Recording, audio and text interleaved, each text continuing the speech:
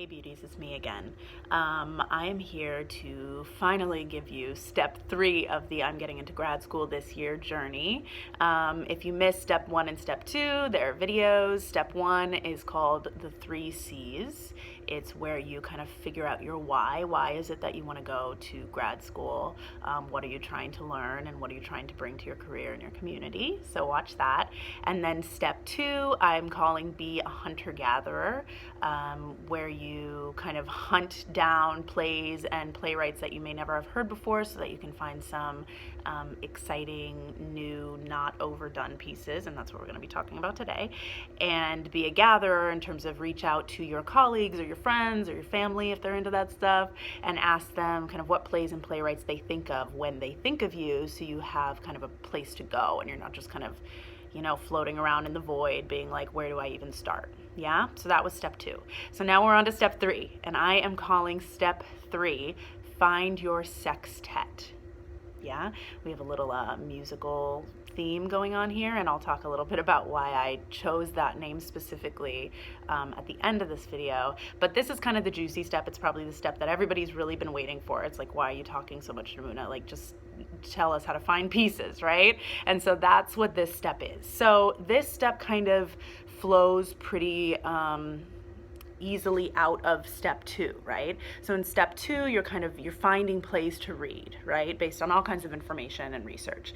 So once you have plays that you're reading, what I want you to do as you're reading these plays is I want you to start flagging monologues that are interesting to you, yeah?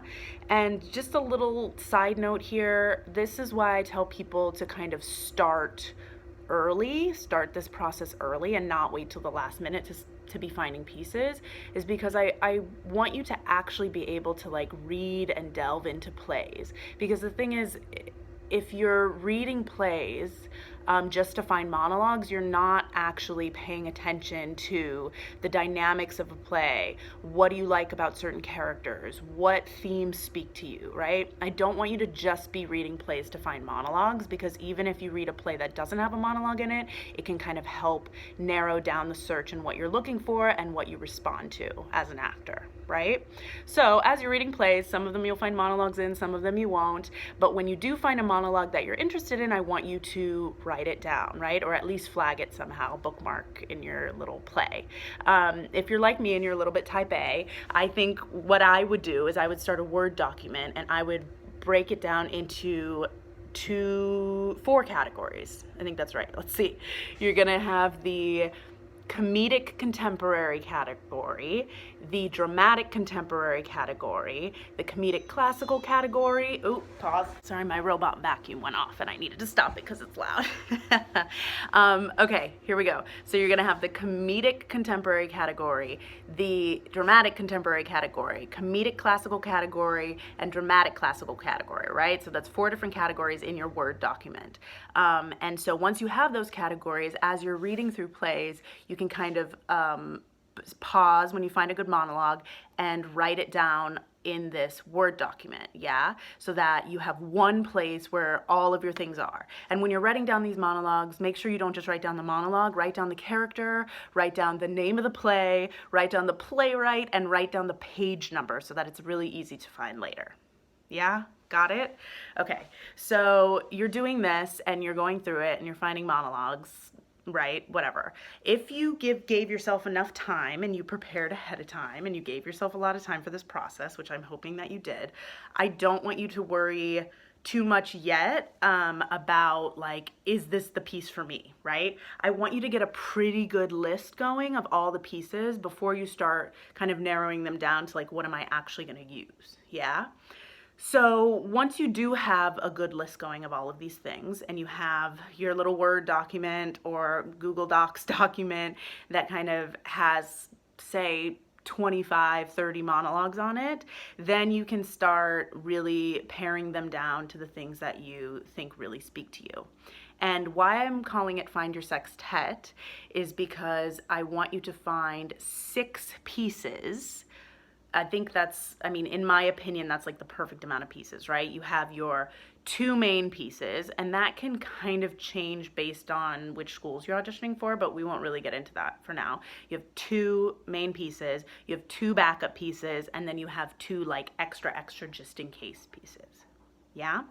And so that's kind of, to me, like the main thing that you're looking for. Yeah. And the other reason why I'm calling it Find Your Sextet, other than just I think 6 monologues is the right way to go, is because it's a musical reference, right? And I feel like your monologues need to harmonize with one another. Yeah. When you are auditioning for grad schools, the people on the other side of the table are not just looking at like, are you a good actor or not, right? They understand that you're auditioning for grad school for acting because you have more to learn, right? And so more than anything, they're looking to see who you are as a person and what you bring to the table, right? And the different colors that you can bring to your acting, and if you can transform into different characters, right? What's your thing? What do you still need to work on? All of that stuff. So all your 6 pieces cannot be the same theme.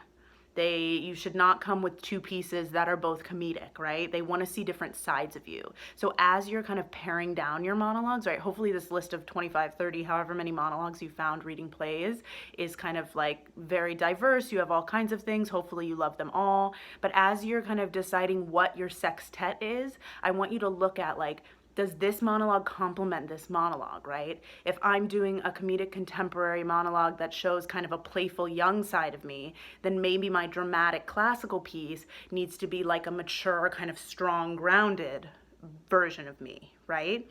And so that's why when you're kind of finding your 6, I want you to think of it as music and about all of them kind of harmonizing with one another, right?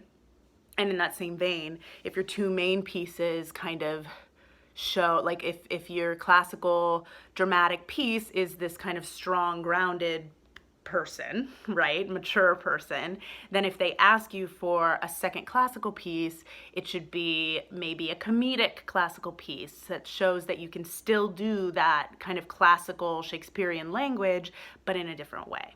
Yeah? And so that's basically it. I want you to find 6 pieces once you kind of got all your things together that kind of make a beautiful musical harmony with one another, and show off all the different sides of